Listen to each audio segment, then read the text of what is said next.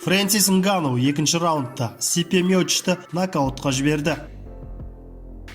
Баршаңызға ассалаумағалейкум. Сіздермен бірге ERA-X YouTube арнасы.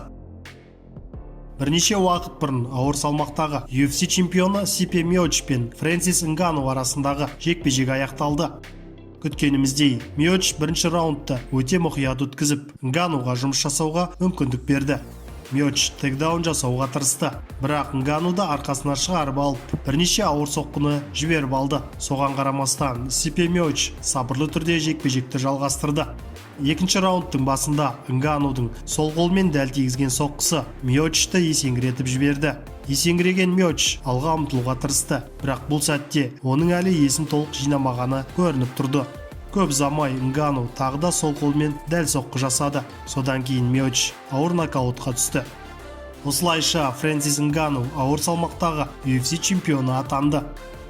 Мен жеңіске жеткенімді білдіретін сөздік қорды таба аламын ба білмеймін, бірақ бұл өте таңғаларлық, дейді Нгану жеңісінен кейін. Мен жекпе-жектерде жеңіске жетіп жүргеніммен ішімде ешқашан шығармайтын бір нәрсе болды. Бұл бала кезімнен бастап өзіме берген уәдем сияқты. Маған сенбегендер мен өздерінен мені төмен санаған адамдарға өзімді дәлелдеу үшін мен осындамын. Мен оны есеңгіреткенімде ол да маған жақсы соққы беріп үлгерді, бірақ мен жинақталып алуым үшін артқа шегіндім. Оның маған ұмтылғаны үлкен қателік болды. Міне, мен осы сәтті жақсы пайдаландым. Мен және менің командамда осыған көп жұмыс жасадық. Менің ойымша, Джон Джонс барлық уақыттағы MMA жауынгерлері арасындағы ең ұлы тұлғасы. Біздің салмағымызға көтерілуі жақсы іс деп білемін. Бұл мен қабылдайтын үлкен тапсырма. Бірақ ол кезде мен чемпион, ал ол үміткер болады. Мен дайынмын, мүмкіндігінше тезірек. Олар дайын болған кезде мен оны қабылдаймын, дейді Фрэнсис Нгану.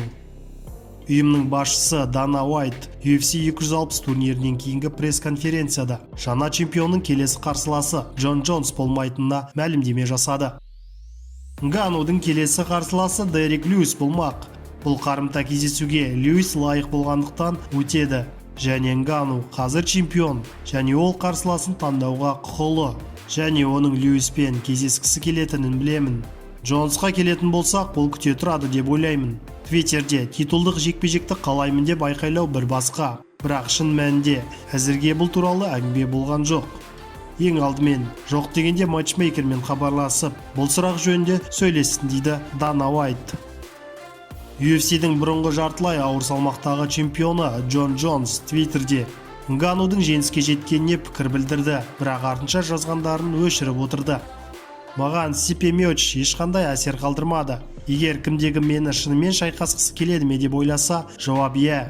Иә, мен шынымен ақша алғым келеді. Маған ақшаны көрсетіңдер. Мен жартылай ауыр салмақтан кеттім. Қазір көп салмақ жинадым. Ал қазір адамдар мені қорқады, дейді. Менен басқаның бәрі мені қорқады деп ойлайды. Менің сұрағаным тек маған жақсылап ақша төлегені, дейді Джон Джонс.